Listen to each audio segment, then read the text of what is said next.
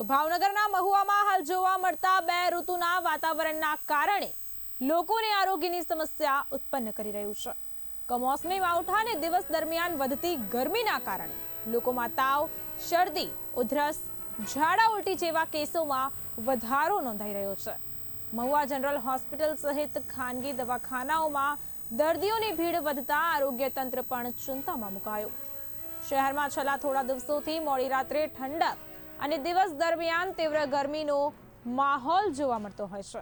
સાથે જ કમોસમી માવઠા સાથે પવન અને વરસાદને કારણે નાના બાળકો અને વયસ્કો ખાસ કરીને વધુ અસરગ્રસ્ત બન્યા છે। મહુવા જનરલ હોસ્પિટલમાં દર્દીઓ લાંબી લાઇનમાં સારવાર માટે ઊભા રહેતા દ્રશ્યો દેખાઈ રહ્યા છે।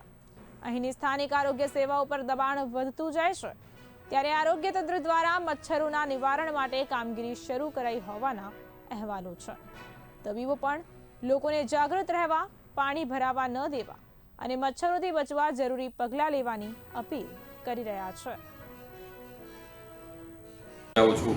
કમોસમી વરસાદને કારણે જનરલ હોસ્પિટલ મહુવા ખાતે શરદી, ઉધરસ, તાવ, માથા તેમજ ટાઇફોઇડના કેસો જોવા મળી રહ્યા છે। તેમજ બાળ વિભાગમાં થોડા ઘણા કમળાના કેસો પણ જોવા મળી રહ્યા છે।